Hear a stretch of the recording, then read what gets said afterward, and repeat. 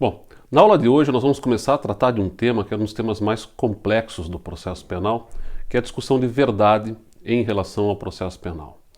Esse é um tema que exige uma compreensão filosófica e por isso nós vamos fazer em mais de uma aula. Não vai dar tempo de fazer numa aula só. A nossa ideia é que as aulas não sejam muito longas para não cansá-los, né? Estou fazendo uma aula de 20, 30 minutos, tenho utilizado essa média aí.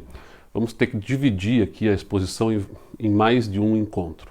Então, vamos começar pelo começo, discutindo e tentando compreender como é que a doutrina tem trabalhado essa questão da verdade no processo, porque há uma divisão de olhares aqui, se a gente pensar em termos de doutrina mais tradicional e doutrina mais moderna. Então, há uma divisão de compreensão, né? A doutrina mais tradicional de processo penal tem trabalhado com o discurso de que o processo seria orientado pela ideia de busca da verdade real, ou busca da verdade material, ou também fala em verdade absoluta, tudo visto como sinônimo aqui, né? Verdade real, material ou absoluta, dentro de uma mesma ideia, apenas com terminologia diferente, mas querendo dizer a mesma coisa. A ideia de que sim, é possível alcançar uma verdade que tenha acontecido no passado, e o processo se destinaria então a alcançar essa verdade de forma absoluta, de forma plena, a verdade material, aquela verdade real das coisas. Esse é um discurso que tradicionalmente se introduziu no processo penal e muita doutrina ainda trabalha dentro dessa linha. Você encontra até acórdãos, inclusive do Supremo Tribunal Federal, dizendo que um dos princípios, e por princípio eu vou colocar aspas aqui, né? Que um princípio do processo seria a busca da verdade real. E por que eu estou colocando aspas? Porque não me parece que isso aqui seja uma discussão de princípio, porque princípio pressupõe um dever ser. É norma, né? Seria uma obrigatoriedade de se chegar numa verdade real. Eu tenho sérias dificuldades de entender que isso possa ser dentro desse prisma.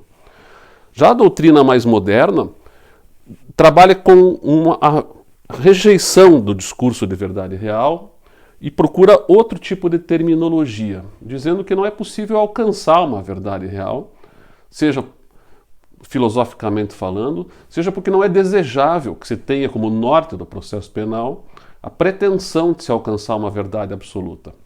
Por isso a doutrina mais moderna, isso varia daí a terminologia e varia também o olhar.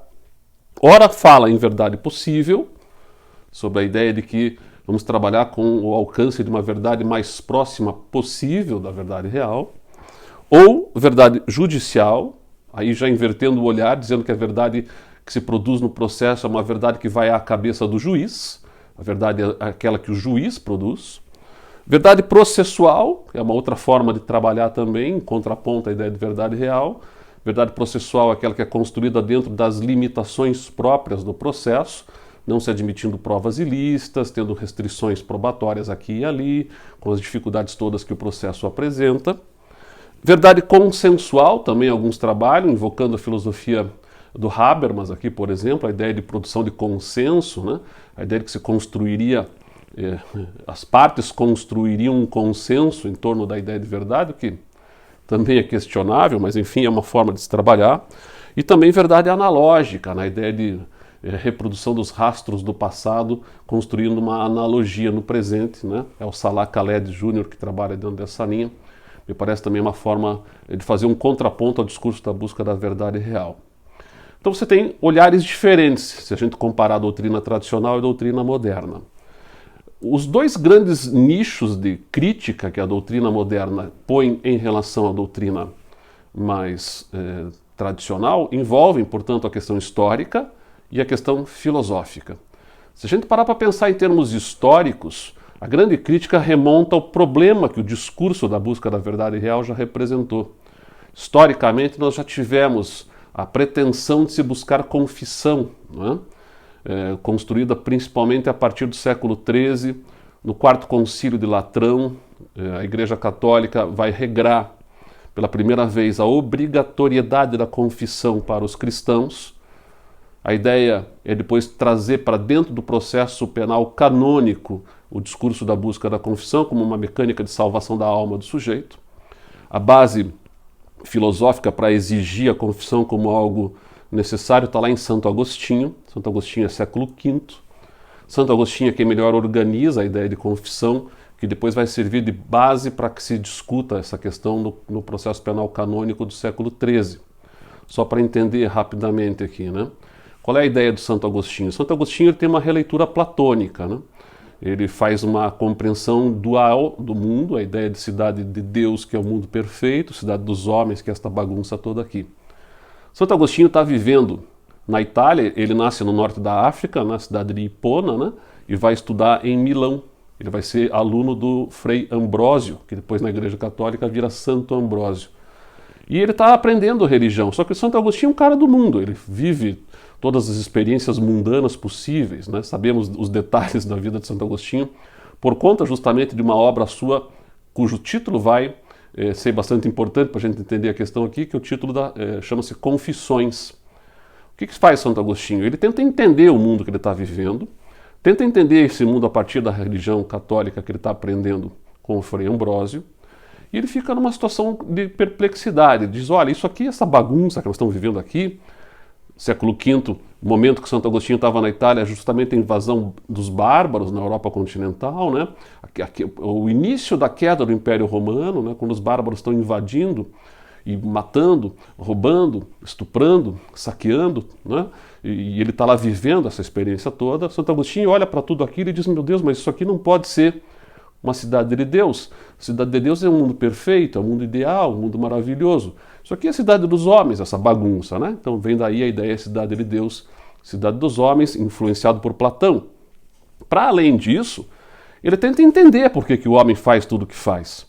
E a compreensão que o Santo Agostinho constrói é mais ou menos no seguinte sentido. Ele vai dizer assim, olha, por que o homem mata? Por que ele rouba? Por que ele faz essas coisas todas? Se ele traz Deus dentro de si. E se Deus é a representação máxima da verdade. A verdade divina, né? Jesus dizia, eu sou o caminho, a verdade e a vida. E Deus está em tudo. Se Deus está em tudo, está inclusive no homem. Então o homem traz dentro de si a chama da verdade divina. Então por que ele mata? Por que ele rouba? Por que ele estupra? Questionava Santo Agostinho. E a conclusão que ele chega é que talvez o homem não saiba que traz dentro de si a chama da verdade divina. Como é que eu vou fazer então para salvar esse homem, para fazer com que ele pare de fazer essas coisas todas que ele está fazendo de errado, matando, roubando, estuprando? Eu tenho que fazer de alguma forma com que esta chama divina que ele traz dentro de si se revele para ele mesmo. Como fazer isso? Confessando. Claro que a confissão não nasce em Santo Agostinho, tem passagens na Torá para os judeus, ou no Velho Testamento para os cristãos, inúmeras passagens em Deuteronômio, inúmeros que tratam da confissão como uma forma de expiação da culpa, dos pecados. O que Santo Agostinho faz é repaginar isso, é dar uma importância diferenciada para a confissão, dizendo é importante que eu confesse, que eu ponha para fora tudo que fiz de errado, para que eu me purifique e para que a verdade divina que está dentro de mim possa se revelar e salvar a minha alma. Esse modo de pensar, que vai ser um dos pilares filosóficos que estruturam a religião católica, pelo menos até o século XIII, vai servir de mote para que o Papa Inocêncio III, em 1215, já no século XIII, eu estou fazendo um salto aqui, né? Usando esse modo todo de construir a importância da confissão, positive a confissão como algo obrigatório. Porque até o século XIII, a confissão se fazia uma vez na tua vida para o teu amigo e estava resolvido o teu problema. No século XIII, no Quarto Concílio de Latrão, passa a estar no texto. Então está constando lá do texto que é obrigatório que se confesse. A obrigatoriedade da confissão como uma forma de expiação da culpa compulsória até. Consta do texto lá que todo cristão que atinge a idade da razão. Idade da razão seria algo como mulheres 12 anos e homens 14 ou 16, né? O homem sempre mais atrasado que a mulher aqui na maturidade. Mas a partir da idade da razão passa a ser obrigatório. E a Igreja constrói a partir desta ideia também que a confissão é um objetivo do processo penal canônico, né? E ali se passa depois a regrar a tortura. Morre o Papa Inocêncio III, veio o Papa Gregório IX, depois o Inocêncio IV, e vem uma bula papal chamada Ad Extirpanda, ainda no século XIII, que passa a regrar a possibilidade de utilizar da tortura como mecanismo de obtenção da confissão. Tudo em nome de salvação da alma do sujeito, né? Sempre no bem, querendo fazer o bem para as pessoas. Então eu te torturo para te salvar. Porque na tortura você acaba confessando, e a confissão é um mecanismo de expiação da culpa e de salvação da alma. Morre o corpo físico, salva-se a alma. O problema é que abriu ali a porteira para a tortura, inicialmente usada até contra os próprios padres no processo penal canônico, depois estendida também para o não padre, para o povo em geral, né? Mas ainda dentro de um contexto inquisitorial. Você tem ali um olhar que se volta principalmente contra quem era oposição à Igreja Católica, e aí eu estou falando especificamente dos cátaros no primeiro momento. A Igreja Católica enxerga na seita dos cátaros, ou na religião cátara, que era uma dissidência até da Igreja Católica, pregava a palavra de Jesus, mas pregava desapego material e não reconhecia a autoridade do Papa. A Igreja primeiro usa da força, com os senhores feudais, uma cruzada interna, a primeira cruzada interna dentro da Europa continental, vai aniquilar os cátaros com a força. Os cátaros estavam sediados no sul da França, principalmente, na cidade de Albi e depois na cidade de Carcassonne, no sul da França. E o que sobra dos cátaros são submetidos a processos inquisitoriais com tortura e expiação da culpa, caminhando para a morte, né? Depois dos cátaros, as demais dissidências que também ocorreram naquela época, todas elas pregando desapego material. Esse era o grande problema da igreja. A igreja estava muito corrompida moralmente, né? Cobrando por indulgências, cobrando por um lugar no céu. E essas seitas todas que orbitavam a Igreja Católica, todas elas pregavam a palavra de Jesus, mas não reconheciam a autoridade do Papa. Elas acabam sendo o objeto de perseguição do processo penal canônico, e a utilização da tortura se volta contra elas. Além dos cátaros, os pataginos, os pobres de Lyon, enfim, uma série de seitas que também tinham a mesma perspectiva. A igreja depois vai se voltar contra os judeus, porque o processo penal também tinha como objetivo, como resultado, que o patrimônio do condenado ficava para a igreja, e judeus sempre tiveram muito patrimônio, então, usando de uma justificativa religiosa de que Jesus teria sido perseguido pelos judeus, vai se voltar contra os judeus também. Depois, abriu a porteira ali, não segura mais, as mulheres vão ser objeto, né, de um destaque de olhar aqui. As mulheres passam a ser muito perseguidas, principalmente a partir do século XIV em diante. Você vai ter, por variadas razões, né, uma perseguição em relação às mulheres, seja porque a igreja impõe o celibato para os padres, e o celibato nem sempre foi algo imposto aos padres, ele vai ser imposto mais por questões econômicas até do que religiosas. Claro que a igreja sempre dá uma roupagem religiosa para a coisa, mas havia também uma discussão de herança. O padre casava, tinha filhos, e quando morria o filho queria o patrimônio, e a igreja dizia: não, pera um pouquinho, esse patrimônio não era do teu pai, esse patrimônio era da igreja. E aí chega num ponto, sabe o quê? Vamos parar com esse negócio de casar, chega de ter filho. Então, a imposição do celibato, que é contra a natura, né, faz com que a igreja também olhe para as mulheres de forma diferenciada. O padre não parou de ter relação sexual porque a igreja impôs o celibato, né? Só que aí tinha que manter relação sexual às escondidas. E ser descoberto, imagine de quem era a culpa. Da mulher? Não, a culpa era do demônio. A culpa era do demônio que está no corpo dessa mulher e que me tenta. E eu, que sou padre, não tenho forças suficientes contra o demônio. Então, um olhar pejorativo em relação à mulher, visto como um ser demoníaco. É absurdo a gente falar isso hoje, mas era a forma de pensar da época, né? Ou de justificar suas próprias ações na época. O problema das religiões pagãs, muitas delas também adoravam deusas no feminino, e a Igreja Católica também não concordava com aquilo. A questão das velhas senhoras das aldeias, né? É muito interessante de analisar algumas coisas. A gente tem aquela imagem da Disney, da bruxa da Disney, daquela velha senhora num caldeirão e tal. Aquela figura que a Disney, enfim, caricaturou ali, né? Ela de fato existiu na Idade Média. Existiam essas velhas senhoras nas aldeias que faziam as poções, os ungüentos, né?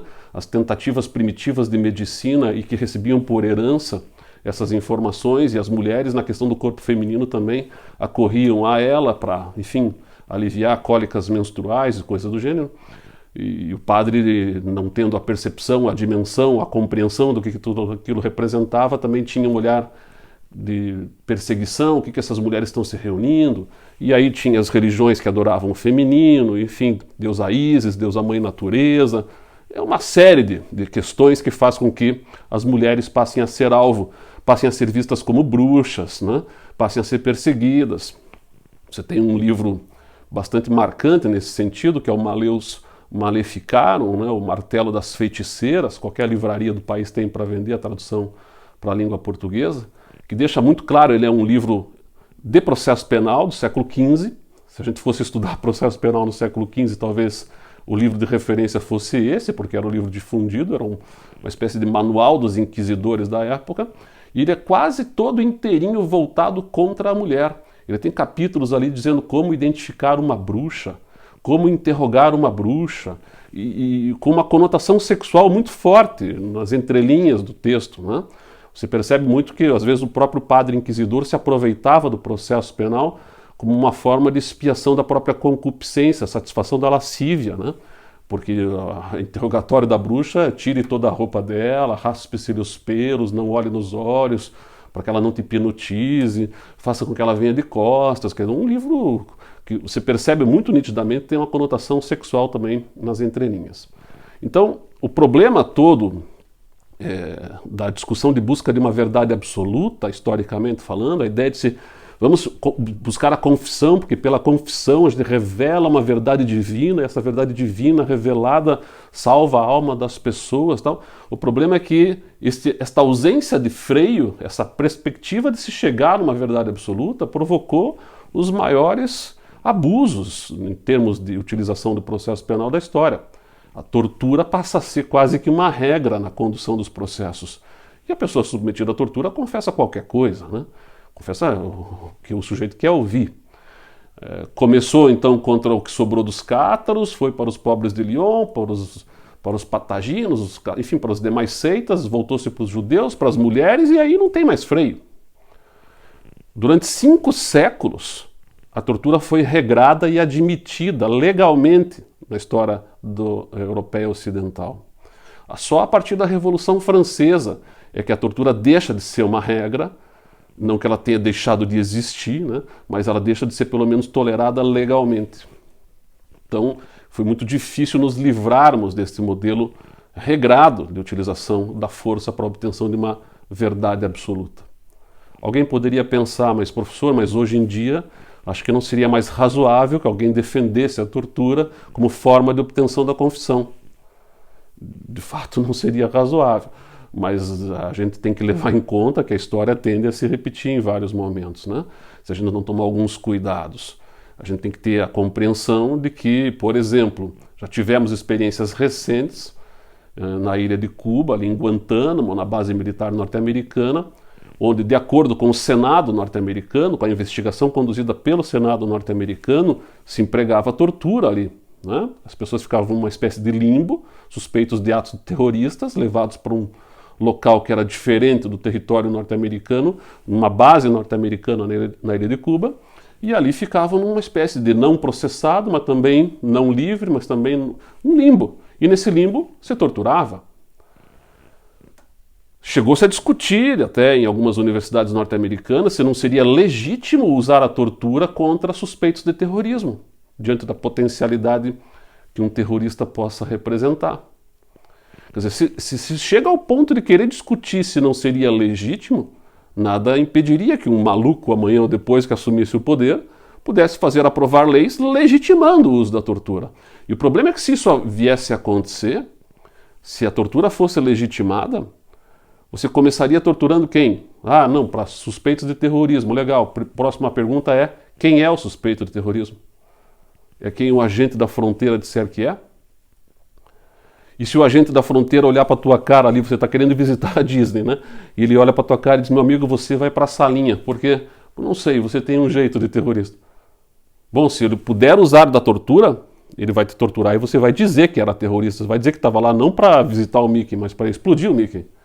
E se você confessar isso, mesmo que seja uma mentira, pronto, já se desencadeia uma investigação de tortura, o próximo passo é quebrar o sigilo do teu celular e identificar as 200 pessoas que conversaram com você nos últimos tempos e ir atrás delas, porque se conversaram com você, e se você é um terrorista confesso, é porque talvez seja uma célula terrorista que precisa ser debelada e pronto, e aí abriu a porteira e ninguém segura mais, né? Então quando a gente trabalha, quando a doutrina mais moderna trabalha com uma crítica em relação ao discurso de verdade real, no plano histórico, está muito preocupada em fazer ver que historicamente o discurso da busca da verdade real já representou os maiores abusos da história da humanidade. E a ideia é que não se repita isso. Então toda vez que alguém fala que o processo penal tem como princípio, como norte, como pretensão, chegar numa verdade real a qualquer custo, cuidado, porque há uma possibilidade de se querer voltar a modelos totalitários de processo que nós já tivemos no passado. Historicamente, portanto, não se recomenda o discurso da busca da verdade real. Essa é uma crítica histórica, né? Como eu falei, nós vamos desdobrar essa aula em mais de um encontro. No nosso próximo encontro, nós retomamos essa discussão, de certa forma também retomando a questão histórica, mas sobre o olhar da filosofia, sobre a teoria do conhecimento, sobre o que norteia os processos e as relações do homem com o mundo, filosoficamente falando, para tentar explicar também no campo filosófico a crítica que a doutrina moderna faz em relação ao discurso da busca da verdade real. Essa aula primeira introdutória encerramos por aqui. No nosso próximo encontro damos sequência investigando a questão filosófica da busca da verdade. Por hoje é isso.